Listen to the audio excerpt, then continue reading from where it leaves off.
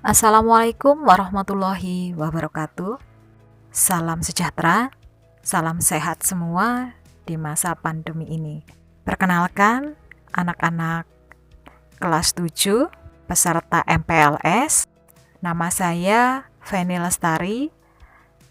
Saya di SMP Negeri 2 Cipari mengajar mata pelajaran bimbingan dan konseling untuk kelas 7, 8, dan 9. Mungkin kalian sudah tidak asing lagi. Sudah beberapa waktu kemarin Bu Feni sudah ada komunikasi dengan anak-anak sekalian di WA MPLS ya. Oke, Bu Feni berharap semuanya dalam keadaan sehat sehingga bisa lancar mengikuti MPLS ini sampai dengan selesai. Alhamdulillah kalau semuanya bisa bergabung bersama dalam kegiatan MPLS di SMP Negeri 2 Cipari. Di sini, pada waktu ini, Bu Feni akan memberikan materi tentang belajar efektif. Nggak asing kan ya dengan istilah belajar efektif? Nah, kira-kira waktu kalian sekolah dulu, waktu kalian SD, cara belajar kalian sudah efektif atau belum? Nah, pada bagian yang pertama, kita akan membahas terlebih dahulu pengertian belajar efektif. Sebelum kita tahu belajar efektif atau itu apa, kita pilah-pilah dulu nih, arti belajar itu sendiri. Ibu yakin kalian sangat tidak asing dengan istilah belajar. Kalau ditanya, kapan kamu mulai belajar? Mesti jawabnya, dari kecil Bu, dari TK. Terus belajarnya di mana saja? Di sekolah, di rumah, ataupun mungkin ada yang sekolah sore itu ya, sekolah dinia, itu juga kalian belajar. Nah, kalau kita pahami, pengertian belajar itu adalah suatu proses atau suatu usaha yang dilakukan untuk memperoleh suatu informasi baru. Informasi barunya apa saja? Bisa berupa pengetahuan, keterampilan, sikap, atau nilai-nilai. Pokoknya kita dapat sesuatu yang baru, ternyata seperti itu. Nah, selama ada informasi baru yang kita peroleh, itu bisa dikategorikan dengan belajar. Nah, selanjutnya, efektif. Efektif itu apa sih? Biasanya efektif itu ada lanjutannya, efektif dan efisien. Nah, tapi sekarang kita fokuskan kepada istilah efektif. Efektif itu tindakan yang dilakukan secara benar atau tepat cara sehingga tujuan bisa tercapai. Nah, sekarang kalau efisien itu apa Ibu?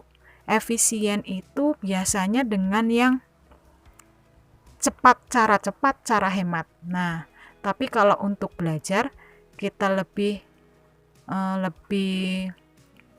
fokusnya ke belajar yang efektif saja.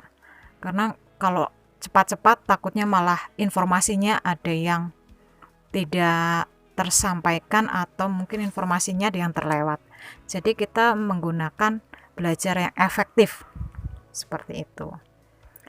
Nah, jadi pengertiannya kalau digabungkan belajar efektif itu apa?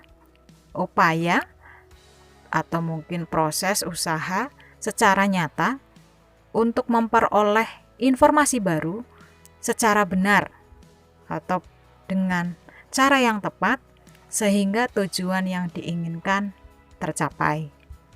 Nah, kalian masuk ke SMP Negeri 2 Cipari kan mau belajar, ya kan? Belajar, kalian jadi pelajar. Nah, untuk apa? Agar kalian mendapatkan informasi baru di level atau mungkin di tingkatan sekolah menengah. Nah, sudah Mulai pemanasan ya, pengertian belajar efektif. Setelah kita mempelajari tentang pengertian atau definisi belajar efektif, sekarang kita cari tahu nih, kira-kira faktor apa sih yang mempengaruhi belajarnya seseorang? Nah, belajar itu kan kita dapat informasi ya, informasi yang baru tentunya. Nah, kira-kira apa saja yang bisa mempengaruhi hasil belajar seseorang, atau mungkin belajarnya itu bisa maksimal atau tidak. Nah, kita akan bahas pertama itu ya, kita klasifikasikan dulu. Klasifikasi itu kita kategorikan atau kita garis besarkan. Secara umum itu ada 2 faktor yang mempengaruhi belajar seseorang. Yang pertama itu adalah faktor internal. Internal itu dari dalam diri individu itu sendiri. Faktor internal itu kita bagi lagi. Ternyata ada beberapa yang mempengaruhi. Nah, apa saja itu? Yang pertama, fisik atau jasmani. Fisik atau jasmani. Kira-kira apa nih? Hubungannya apa ya sama belajar?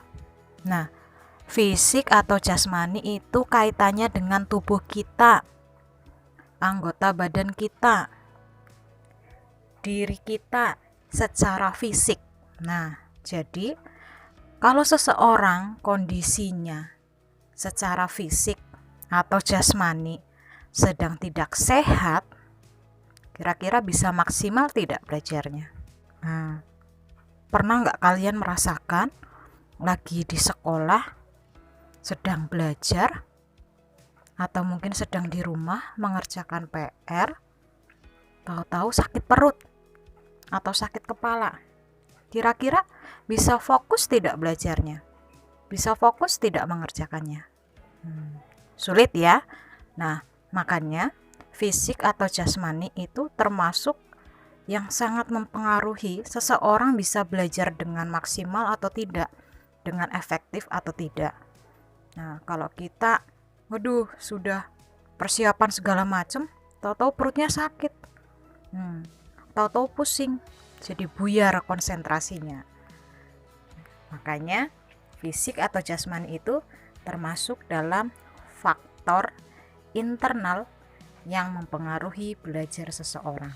Yang kedua, dari faktor internal itu apa? Yaitu psikis atau kejiwaan. Waduh Bu, secara psikis kejiwaan itu apa Bu? Psikis atau psikologi, nah, adalah kondisi kejiwaan seseorang, waktu, kondisi, atau waktu di situasi belajar itu. Misalnya, kalian sedang belajar, tapi ada sesuatu yang dipikirkan.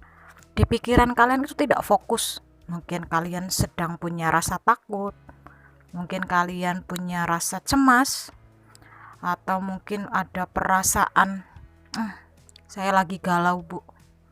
Misal ya, kalian lagi pikirannya tidak fokus. Jelas sekali itu informasi yang sedang disampaikan oleh pemberi pesan atau oleh Bapak Ibu guru misalnya, nggak akan kalian bisa tangkap maksimal karena kalian secara psikis atau kejiwaan sedang terganggu, dalam artian nggak fokus. Nah, makanya kalau kalian memang lagi mau belajar ya, kita fokuskan, saya akan mendapatkan ilmu ini, tentang ini. Jadi kita persiapan diri memang harusnya. Kalau bisa, kalian harus dalam keadaan yang memang senang dan siap untuk menerima informasi atau untuk belajar.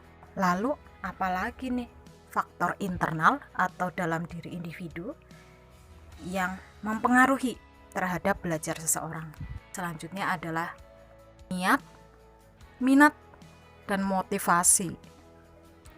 Kok bisa sih Bu? Kirain sholat aja yang harus ada niatnya. Segala sesuatu itu harus ada niatnya. termasuk dengan belajar. Nah, tinggal kalian niatnya bagaimana. Bu, saya ke sekolah niatnya cuma pengen dapat uang saku. Yo, ngaku. Ada yang pernah kepikiran seperti itu tidak? Atau mungkin, Bu, saya niatnya ke sekolah cuma biar ketemu temen. Nah, ada nggak yang kayak gitu? Atau mungkin, Bu, saya niat sekolah untuk belajar dapat informasi yang baru. Nah, itu yang jos, bagus. Nah, sekarang kita bersama-sama akan membahas apa itu niat, terus minat, dan motivasi. Nah, pertama kita niat dulu tuh. Niat ya. Niat itu berarti ada keyakinan dalam diri kita, tujuan apa nih sebenarnya yang harus saya kejar atau saya peroleh.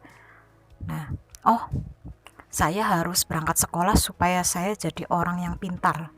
Saya nggak mau jadi orang yang istilahnya kuper, kurang pergaulan, terus mungkin kuin, kurang informasi, atau mungkin ada istilah yang lain. Kita harus ada rasa ingin tahu.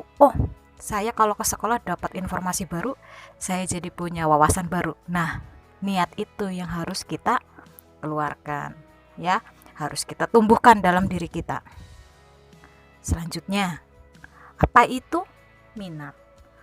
Kalau minat itu lanjutan dari niat. Niatnya sudah ada, saya dalam diri mau gimana nih? Saya mau ke sana. Saya mau belajar dapat informasi. Terus apa? Kalian punya minat. Minat itu ketertarikan. Ketertarikan terhadap apa? Informasi yang akan kalian peroleh. Misalnya, mata pelajaran matematik. Kayaknya susah ya pelajaran matematik, rumus-rumus, angka-angka. Tapi itu asik loh. Nggak bikin ngantuk. Tidak bikin ngantuk. Soalnya apa?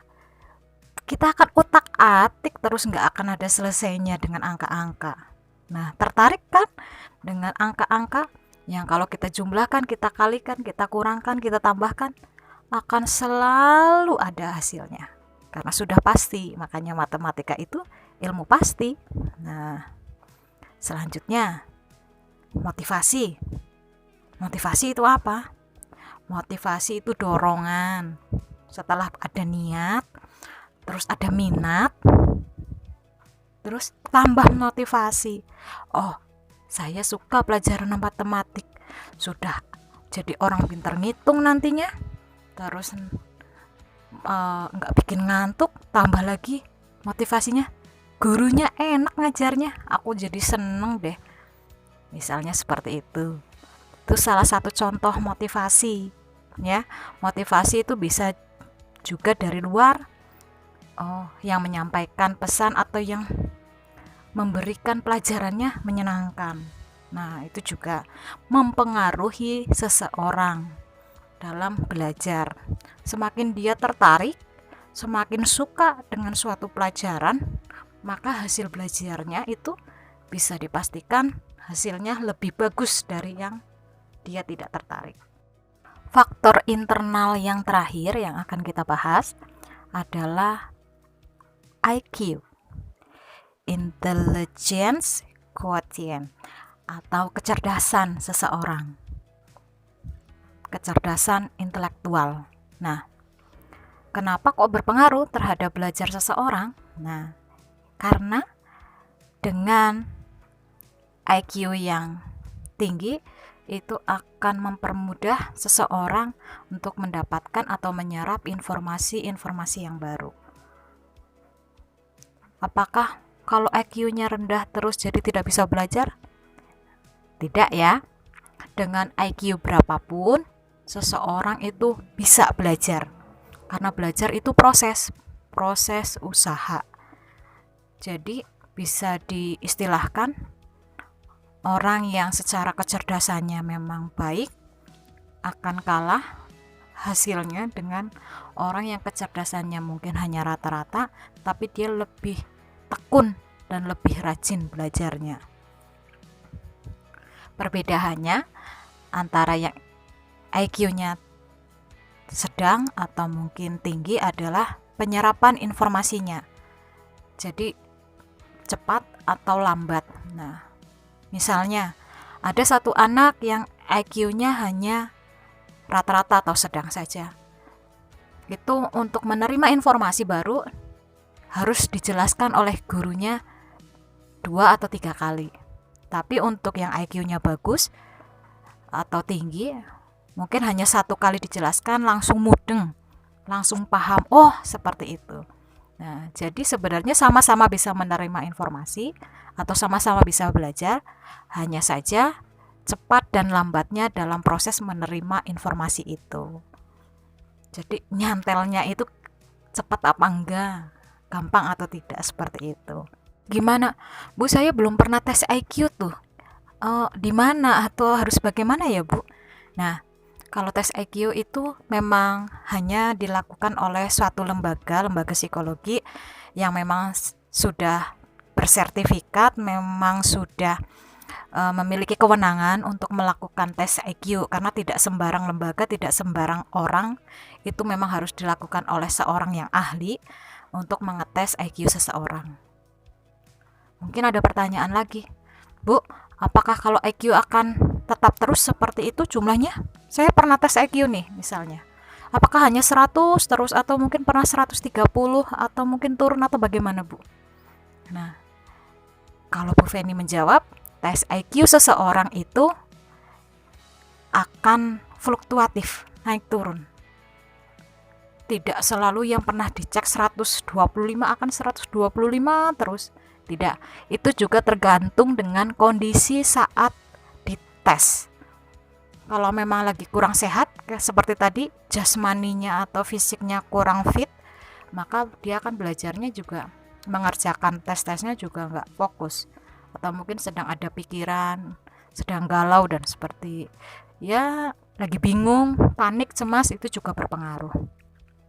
Makanya tes IQ itu tidak paten, tetapi hanya sebagai salah satu kayak semacam ukuran yang bisa dijadikan acuan.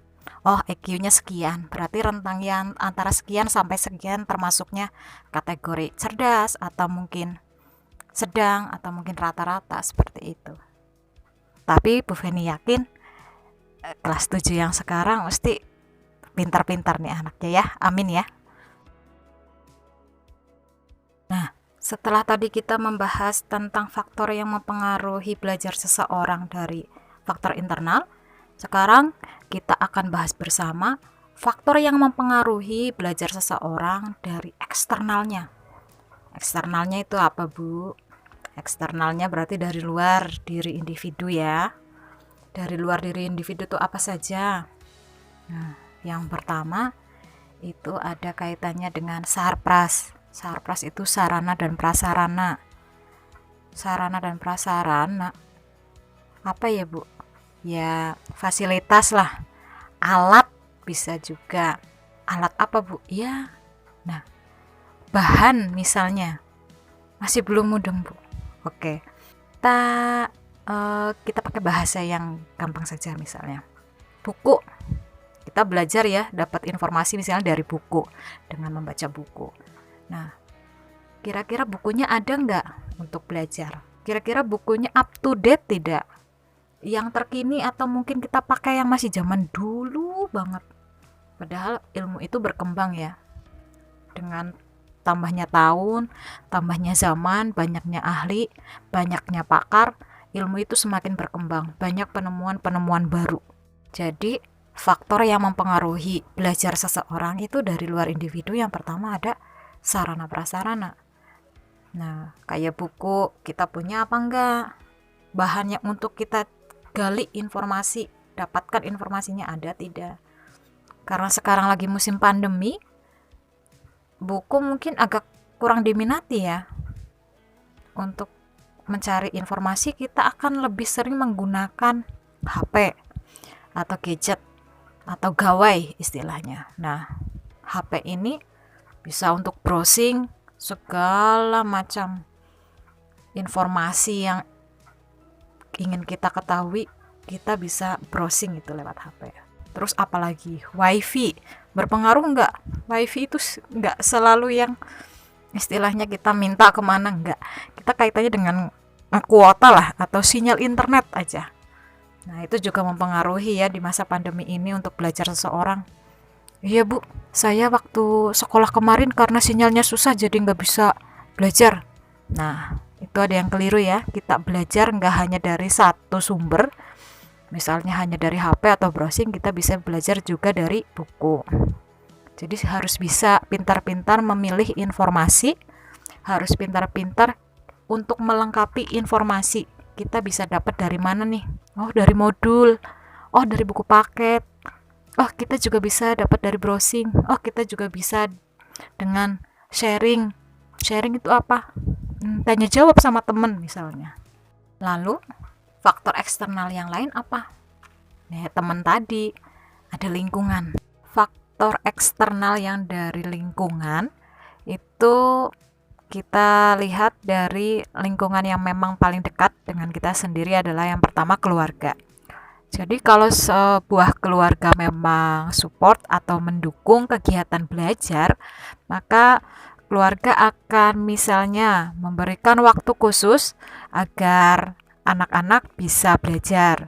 Jadi tidak ada TV atau mungkin tidak ada yang bermain HP atau gadget, full hanya untuk waktu belajar. Itu misalnya dari pihak keluarga. Yang berpengaruh lagi untuk lingkungan, misalnya teman.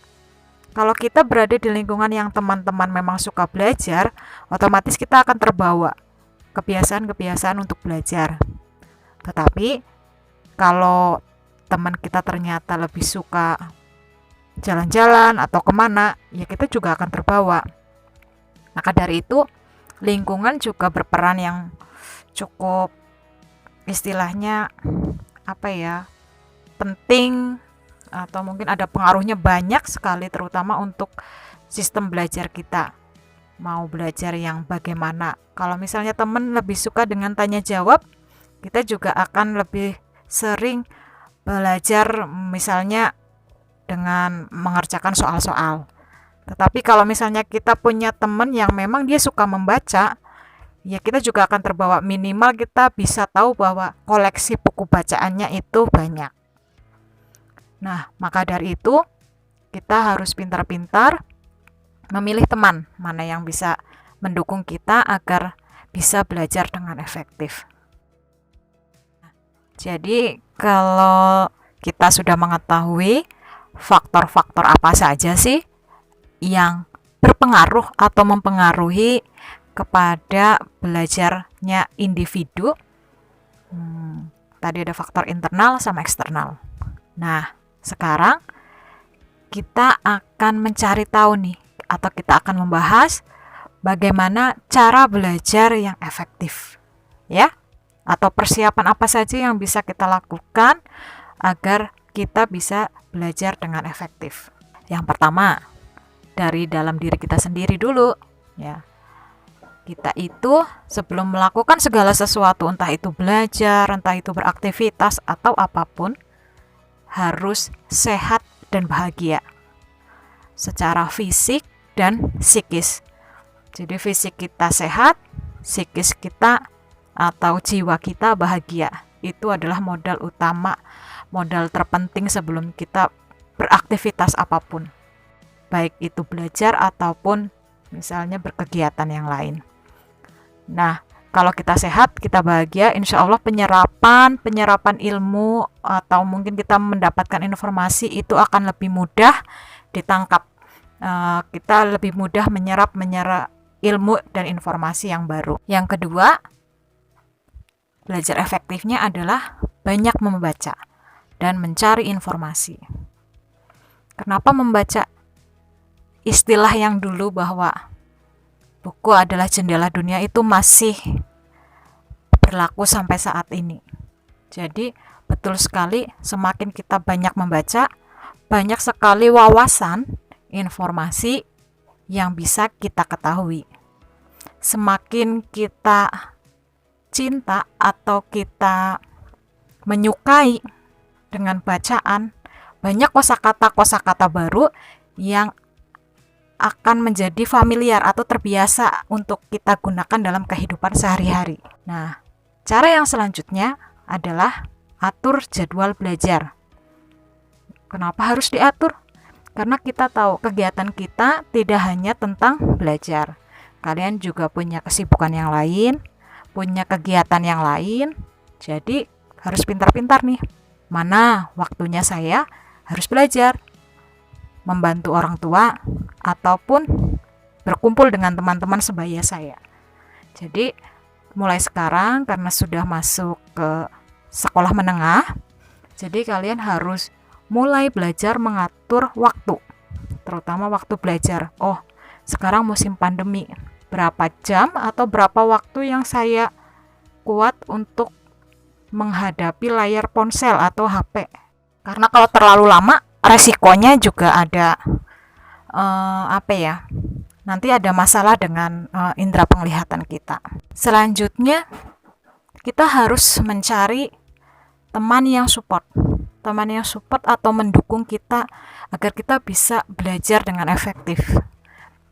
Jangan cari teman yang memang tidak suka belajar. Cari teman yang suka belajar. Belajar itu mencari informasi yang baru. Jadi mau itu membaca, mau itu kita mungkin praktek. Nanti kalian akan mempelajari berbagai macam mata pelajaran. Nah, di situ bermacam-macam jenis. Nanti kalian bisa menyesuaikan.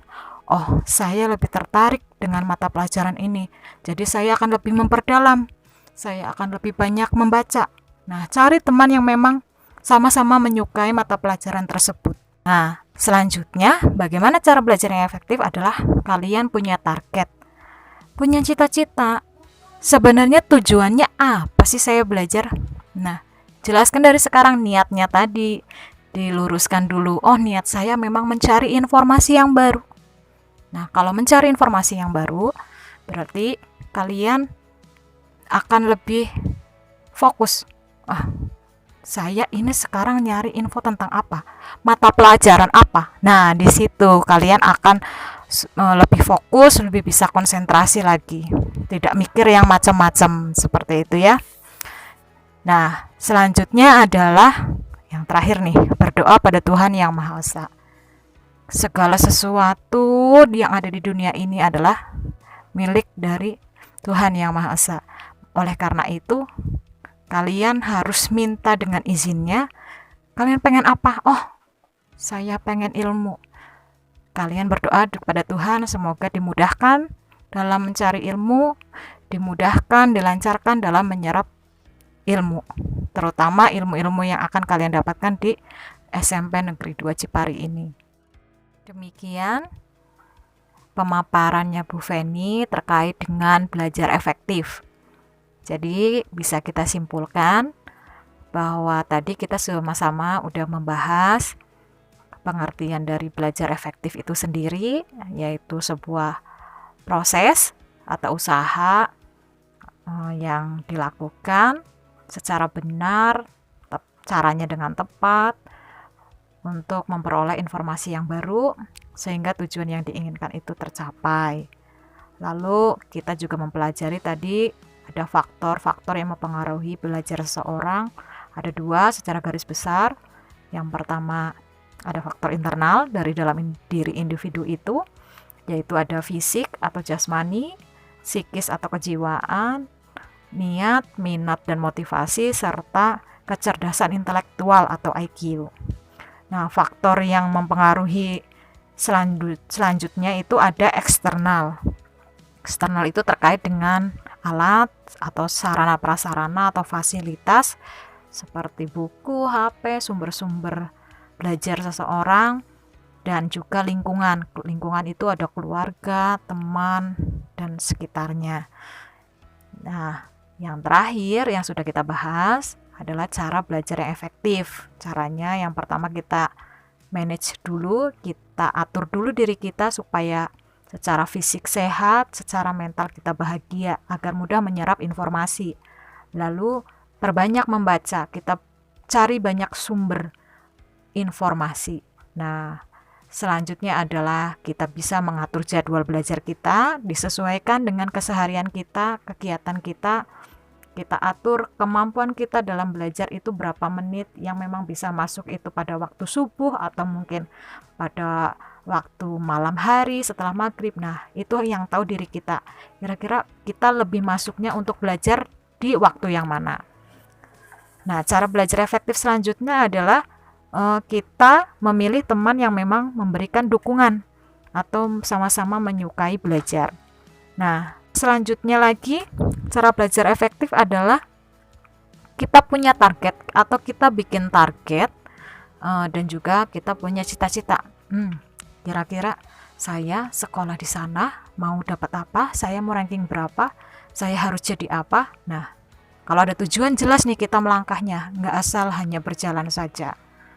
Dan yang terakhir, jangan lupa kita berdoa kepada Tuhan agar kita dimudahkan, dilancarkan dalam mencari ilmu, dalam menyerap ilmu, supaya bisa memberikan manfaat yang positif untuk kehidupan kita.